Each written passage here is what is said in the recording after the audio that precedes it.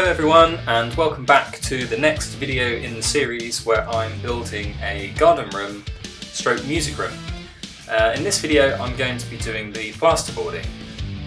Now I'll start by saying that I'm using 15mm soundproof plasterboard for this build. Not only is it obviously thicker than the usual 9mm or 12.5mm boards, it's actually a lot denser.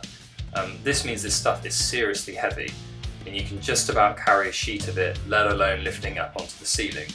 So a tip for you, if you're doing this by yourself or in a small place where you can't get a plasterboard lift or you've got no one that can come and help you, I found cutting the boards in half and then using some 2x4s allowed me to run the boards up into place and then act as a support, like a second pair of hands, whilst I walked around and got some fixings in.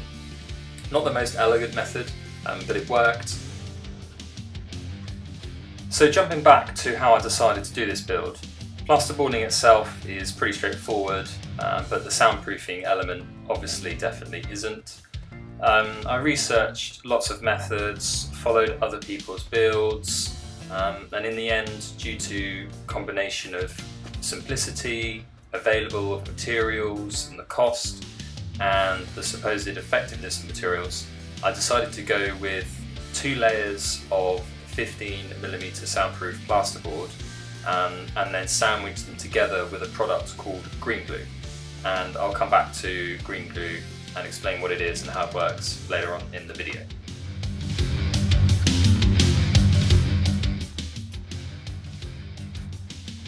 Now there's not too much advice I can give when it comes to hanging plasterboard, but here's a few tips. Now what I would say is that when it comes to the ceiling, hang the boards across the timbers, not along them, i.e. 90 degrees to the rafters, and just generally putting a fixing every 6 to 8 inches. For the first layer of plasterboard I used 3.5 42mm screws, and for the second layer I used 3.5 60mm screws. They're black phosphate drywall screws, and I'll post links to them in the description. You roughly want the screw to be the depth of the material times 3, so that 1/3 is in the material and the other 2/3 is in the timber, and this will make for a really solid fixing, particularly when you've got these heavy boards. The other thing I would say is something I've mentioned in the previous videos. If you can stick with the 400 or 600 timber spacings, then your boards will line up in the centres with no cutting required. Ideally you can leave a 10mm gap between the bottom of the boards and the floor to allow for expansion, etc.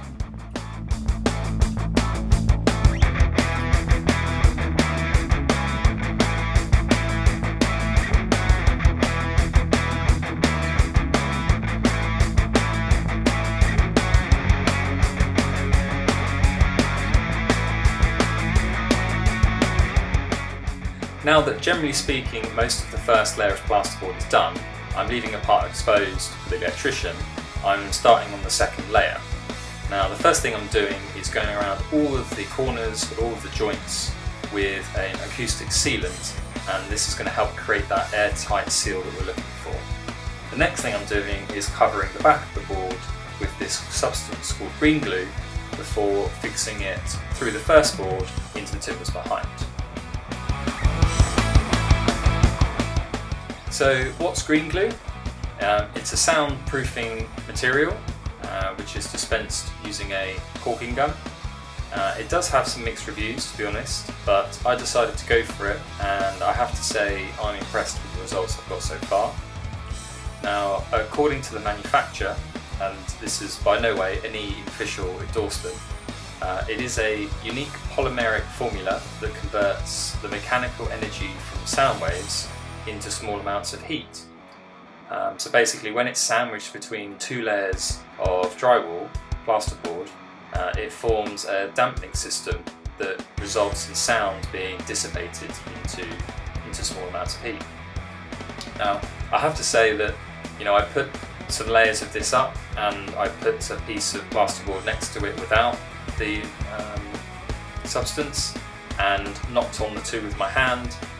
And you could 100% hear a difference in the effectiveness of the soundproofing, definitely inside, that's for sure.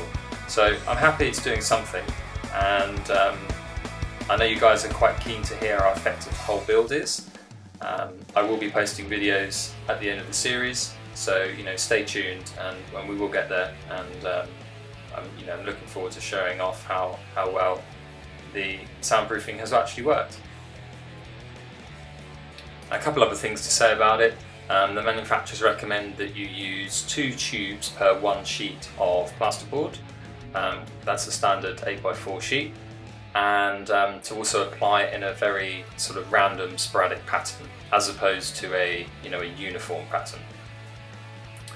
Now, if you've got a little bit more cash to spend on this, something you might consider doing either or on top of is using mass-loaded vinyl.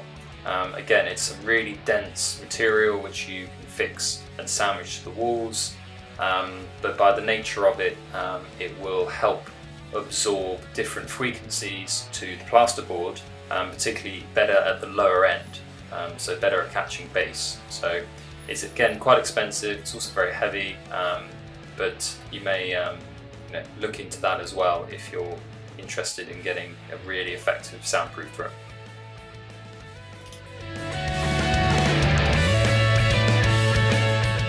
One of the things I'm doing here, just to help reduce the amount of wastage and maximise the use of the materials, is using the offcuts from boards to go around the window area here. And then what I'll do for the second layer over this, I'll use a bigger sheet, and I'll have less joints in it. This will again, help with the soundproofingness by overlapping all the joints.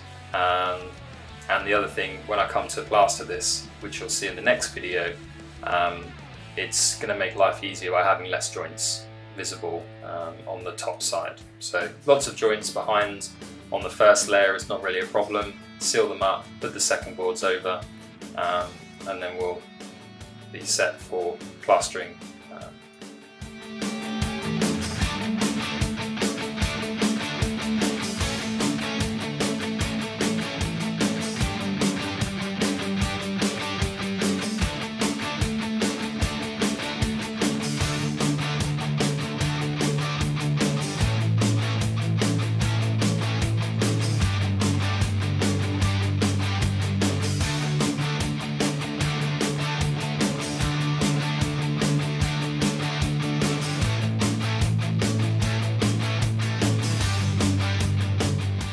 So there we go, the plasterboarding is now finished.